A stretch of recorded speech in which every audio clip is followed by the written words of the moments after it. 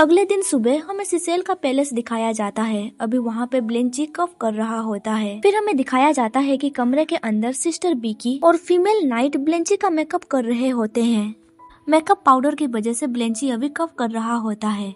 फिर वो फ्रस्ट्रेशन में बोल पड़ता है, मैं कोई फीमेल लीड थोड़ी हूँ, मुझे इतना टॉर्चर क्यों कर रहे हो, प्लीज मुझे छोड़ दो। और लेडी नाइट उसकी तरफ उंगली दिखाते हुए स्ट्रिक्ट टोन में कहती है, नहीं, आज तुम्हें पूरा प्रोसेस फॉलो करना ही पड़ेगा। सब लोग तुम्हें ऑब्जर्व करेंगे, एक भी मिस्टेक अलाउ नहीं है। हमें किसी को हमें नीचा दिखाने का चांस नहीं देना है। और सिस्टर बीकी भी उसे सपोर्ट करने लगती है, जिस पर बेचारा ब्लेंची आंखों में आंसू लेकर कंप्लेन करता है, क्या तुमने कभी मेल फॉक्स स्पिरिट के बारे में सुना है? सिस्टर प्लीज मुझे छोड़ दो। इसके बाद सीन शिफ्ट होता है। हमें दिखाया जाता है कि हॉलवे में सिसेल अपने गार्ड चार्ल्स के साथ चल रहा होता है। सिसेल उससे कहता है, आज तुम्हें कुछ भी करने की जरूरत नहीं है, तुम्हें बस ब्लेंची के ऊपर नजर रखनी है। तुम्हें बस ये ध्यान में रखना होगा कि कोई भी ब्लेंची को बुली ना कर पाए। ये सुन के चार्ल्स अजीब सा एक्सप्रेशन बनाते हुए सोचने लगता है, उसने अपने हाथों से बहुत सारे लोगों की जान ली है, आखिर उसे कौन बुली कर सकता है। तभी सिसेल कहता है, ओ हाँ, ये एक पवित्र जगह है, यहाँ पे वो लोगों को छू नहीं सकता, सिर्फ मैं ही उसे प्रोटेक्ट कर सकता हूँ, क्या तुम समझ रहे हो? चार्ल्स कहता है, योर हाइनेस, मैं समझ सकता हूँ।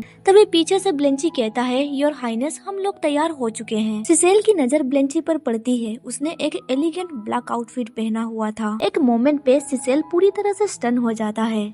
दूसरी तरफ ब्लेंची शर्माते हुए कहता है, तुम क्या देख रहे हो, मैंने बोला था ना, मैं ये कपड़े नहीं पहनूंगा। लेकिन तभी सिसेल उसके पास जाकर जेंटली उसके कॉलर को ठीक करते हुए सॉफ्टली कहता है, तुम इसमें बहुत अच्छे लग रहे हो। तभी चार्ल्स कहता है, योर हाइनेस, हमें अंदर जाना चाहिए। ये सुनते ही सिसेल ब्लेंची के साथ एक कमरे के अंदर जाने लगता है। वहाँ पे ऑलरेडी बहुत सारे गेस्ट आ चुके थे। सबकी नजर अब ब्लेंची और सिसेल पे ही थी। बिशप, यूजबे और ताई भी उन दोनों को देख रहे थे। ताई सोचने लगती है, इतने बड़े इवेंट पे ये अनएक्सपेक्टेड गेस्ट क्यों आया है। सेक्रेटरी हाथू भी बहुत ही ज्यादा परेशान हो जाता है और सोचने लगता है, कल मुझे पब्लिक के लिए क्या स्टेटमेंट देना पड़ेगा, क्योंकि सब कुछ कंट्रोल से बाहर जा रहा है। उसी वक्त कुछ हाई क्लास गेस्ट अपने में बातचीत कर रहे होते हैं। व्हाइट हेयर वाला पर्सन कहता है, सिसेल सच में बहुत ही ज्यादा बोल्ड है, उसे पता है कि सारी दुनिया आज उसे ही देख रही है, फिर भी वो इस लड़के को लेके आ गया। लेफ्ट में जो पर्सन था वो कहता है, ऐसा लगता है कि वो लोग रॉयल फरमाने को गंभीर से नहीं लेते हैं। व्हाइट हेयर वाला पर्सन हल्की मुस्कान के साथ कहता है, तो चलो,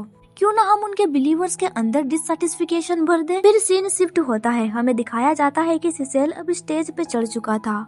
वो ग्लास उठाते हुए अनाउंस करता है, सभी गेस्ट का शुक्रिया आज की इस स्पेशल सेलिब्रेशन में आने के लिए, और जो लोग स्क्रीन के थ्रू देख रहे हैं उनका भी स्वागत है। अभी सबकी नजर सिसेल के ऊपर ही थी। इधर कॉर्नर में ब्लेंची ग्लास पकड़े हुए खड़ा था। वो सोच रहा होता है, आज मुझे पूरी तरह से शांत रहना होगा, कोई भी प्रॉब्लम क्रिएट नहीं करनी है। तभी उसके पास ताई आती है और कहती है, क्या तुमने सब कुछ अच्छी तरह से सोच लिया, कल तुम्हारा डेडलाइन है। ब्लेंची कहता है, मुझे पता है। ताई कहती है, मुझे दूसरों को इस तरह से फोर्स करना बिल्कुल भी अच्छा नहीं लगता है, लेकिन तुम जो कर रहे हो वो सही नहीं है। ब्लेंची कहता है, गलत काम करना अलग बात है, लेकिन मैं कम से कम अपनी जिम्मेदारियों से तो नहीं भाग रहा, मैं किसी की मजबूरी का एक्सक्यूज यूज नहीं करता। उसकी बातें सुन के ताई हर्ट हो जाती है और धीरे से सॉरी कह के वहाँ से चली जाती है। तभी ब्लेंची की नजर पड़ती है कि सिसेल कुछ गेस्ट के साथ हंसते हुए बातचीत कर रहा होता है। वो अपने मन में सोचने लगता है, क्यों ना मैं उन्हें डायरेक्टली अरेस्ट कर दूं, वैसे भी उनके सोल्जर्स मुझे ज्यादा देर तक कैप्चर करके नहीं रख सकते। साफ पता चल रहा है कि उसे कितनी जेलस हो रही है। तभी सिसेल पीछे पलटता है और उसे देखते हुए स्माइल करता है, जिसकी वजह से ब्लेंची का दिल पिघल जाता है और वो ब्लश करते हुए सोचने लगता है, खैर